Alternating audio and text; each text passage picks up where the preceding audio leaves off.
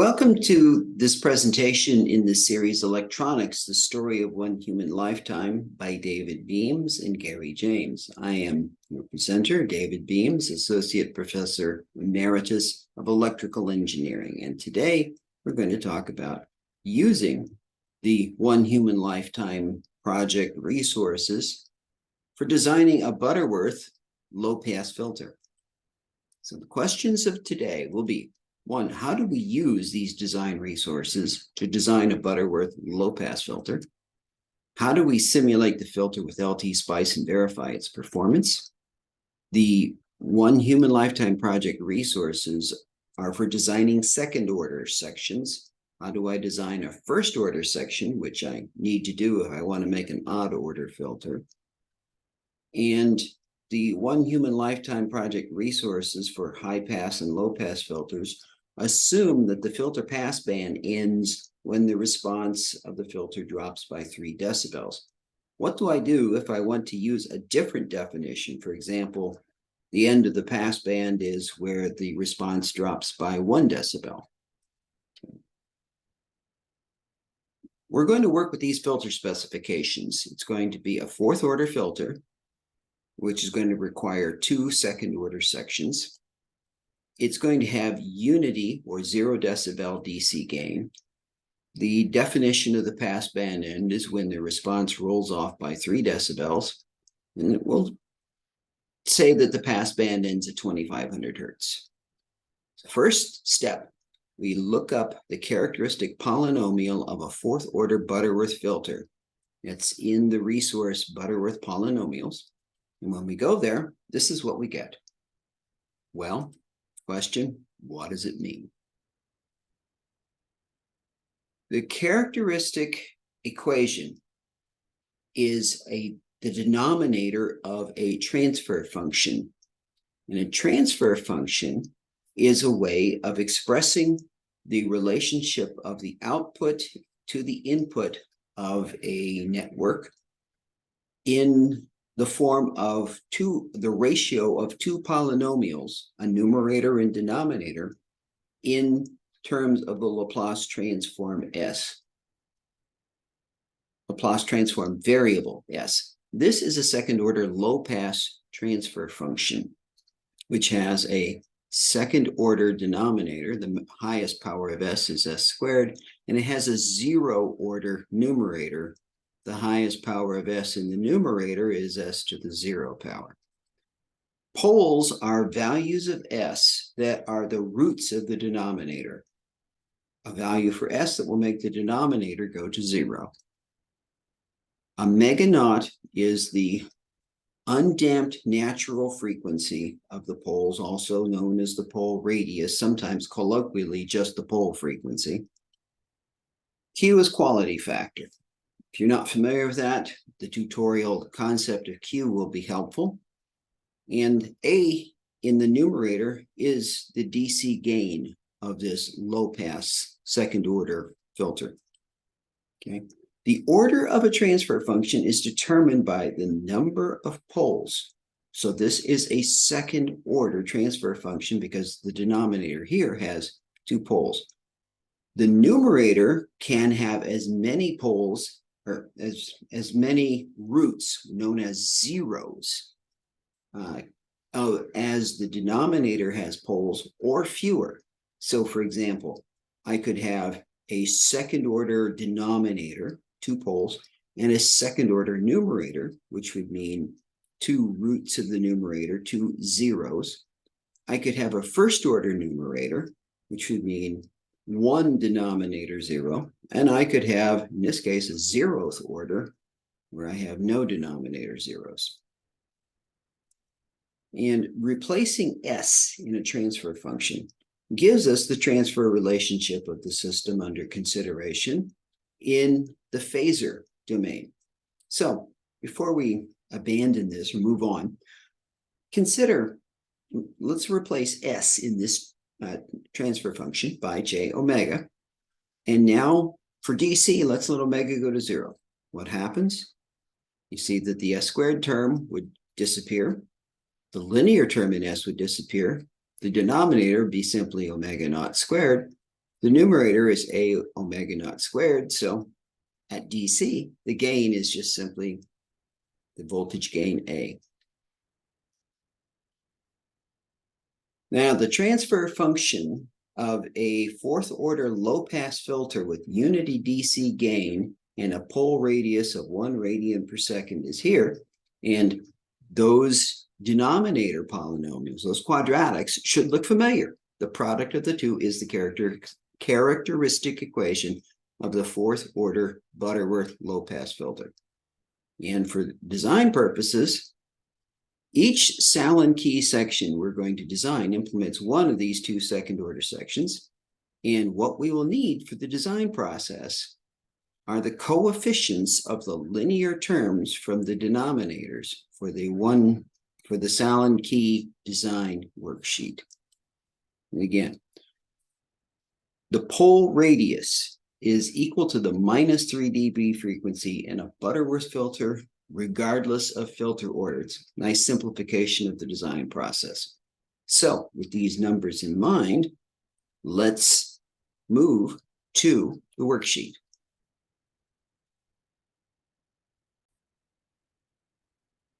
Here is the design worksheet that as it appears when you open it.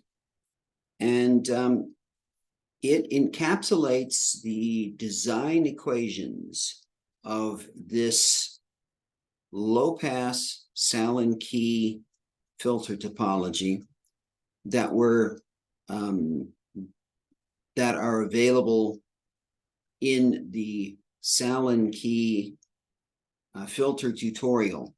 That's part of the resources. Okay. One of the constraints here, what we're going to do is we are going to adjust the values of these components so that the computed value of the linear coefficient of the transfer function matches the design value for a specified DC gain. Now, cells that are in yellow are ones which the user enters.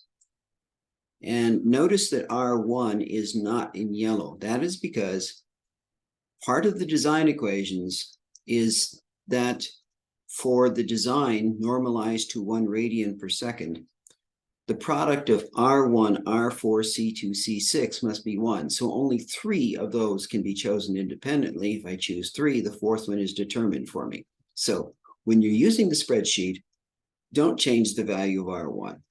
Don't put a value there. There's a formula in that cell. Don't overwrite it.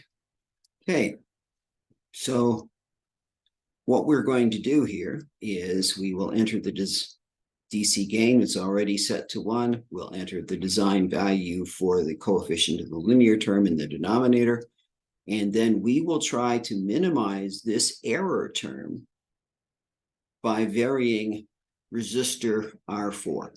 Now, why not the capacitors? Well, generally speaking, you have less flexibility in choosing capacitor values for filter design than you do resistor values.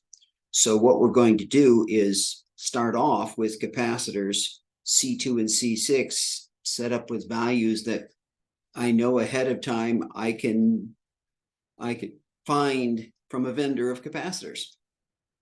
Okay, so let's tell you what.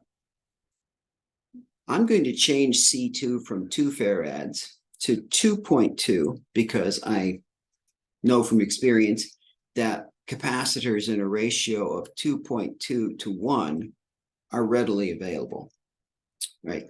So now I will change the linear coefficient, or the coefficient of the linear term in S in the denominator to 1.8478. And you can see that with the component values presently in play, that produces not a terribly close value for the coefficient of the linear term. Now, you can vary R4 manually. Just try changing it and see which way drives this error term smaller, makes the computed value of B closer to the design value. Or if you have the Excel solver add-in enabled, you can use the spreadsheet and solver to look for a best fit solution. Click data and solver, and it brings up a solver window that's built into the spreadsheet. And it's to minimize this squared error term by varying R4. Let's click on solve and see what happens. And let's take, it looks like it found a solution. The error there is very small. And okay, let's work with it. Now, step 2, we want to enter the natural frequency of the poles, the pole radius. The default value is for a kilohertz. So let's make it instead 2500 hertz. And now we're ready for the last step, which is to scale it for practical capacitor values. So instead of capacitors in the farad range, we're going to use capacitors in the microfarad range. And let's see, C6, the default value is 0.01 microfarad or 10 nanofarad. 0.01 is a very standard value. And that makes C2 0.022 microfarad, also a standard value. And it produces values for R1 and R4 of 1.86K and 9.90K. And now we have the first section done.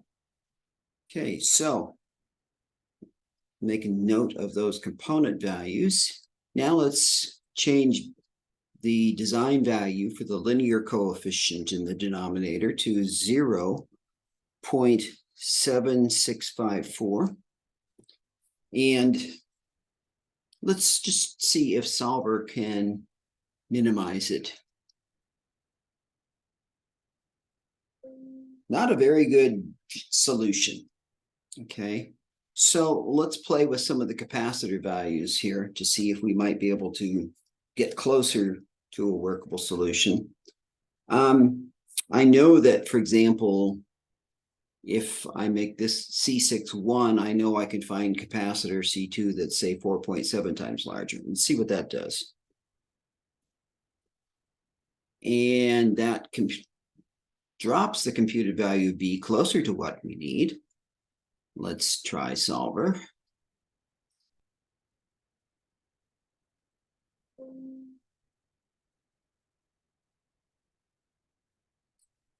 Still not a very good solution. All right, but seems like raising C2 is in the right direction. Tell you what, let's just try 10. 10 to 1 capacitor ratio, easily available. And let's solver again. Looks like we have a solution here. And this is, yeah. Now I'm going to do something, as I've already worked through this solution before. I'm going to change C6 to 6.8 nanofarads. And the values here are entered in farads. There's a reason for that, because that's going to produce a final result where R1 and R4 happen to be very close to standard available resistor values. I know this from experience. Okay, so if I change capacitor C6 to 6.8 nanofarads, then C2 is 68 nanofarads, and R1, 1.56K, and R4 is 5.60K. So now we have our design, and now it's time to enter it into LTSpice and see how we did.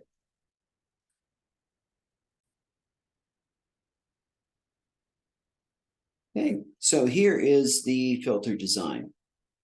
And I have configured, or I've asked LTSpice to do a logarithmic frequency sweep, an AC analysis with a logarithmic frequency sweep of 50 points per decade, beginning at 10 hertz and ending at 100 kilohertz. Let's see how we did. Let's run it. And okay, Now, I labeled the output voltage as VB2. So we'll go to plot, add trace, and let's select the voltage at VB2. All right. Let's see. That certainly looks like a flat response in the passband. There it starts to roll off. Let's see where it drops by 3 decibels. I'm going to make the magnitude scale a little more compact by changing the increments to 3 decibels. And let's make the bottom end of the scale minus 39 decibels. All right, and I'll tell you what, let's home in on the solution. Let's change the area of interest. We're checking the passband. Let's change this to 100 hertz, and we'll change the upper limit to 10 kilohertz.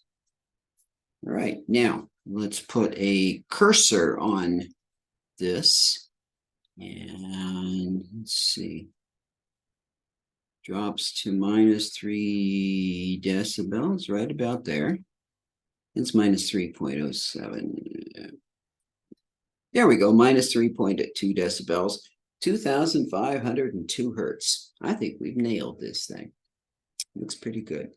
Okay, now I made a mention about using standard available values. So let's go back to the design, and we'll change the resistor values to ones that we can actually buy off the shelf and see how much it changes the performance.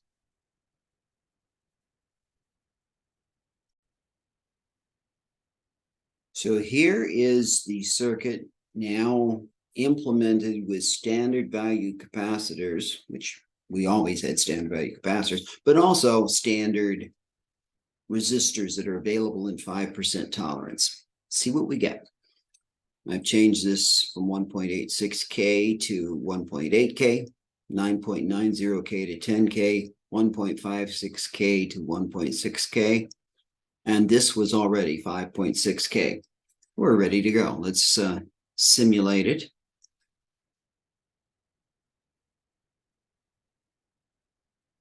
And there we go. We have it. And voltage VB2 doesn't look a whole lot different. Let's home in on the end of the passband. Let's again change to 3 decibels for each tick mark, and let's go to minus 39 decibels for the lower limit of the magnitude scale. And let's again focus on the decades between 100 hertz and 10 kilohertz. And let's bring up a cursor and see where the minus 3 dB frequency is. Minus 3 is right about there. And I'm reading 2,484 hertz. Made a very small difference in where the filter response passes through minus 3 decibels. I would say that this is a perfectly acceptable design solution.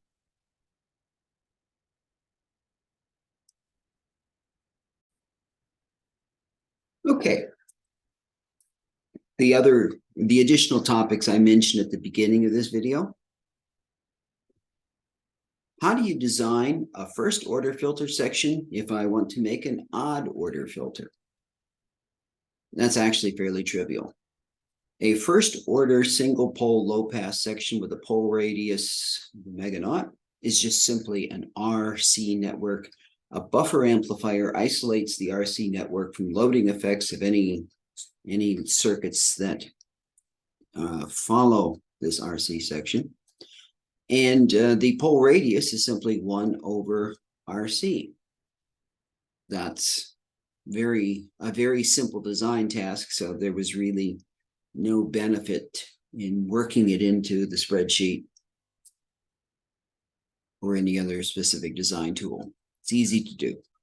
How do you change the pole radius if you want to define the end of the passband as something other than -3 decibels? There is a tutorial on the passband edge versus pole radius in Butterworth filters. And the short summary of it, the conclusion is this equation where omega naught is the pole radius, omega sub p is the passband edge in radians per second.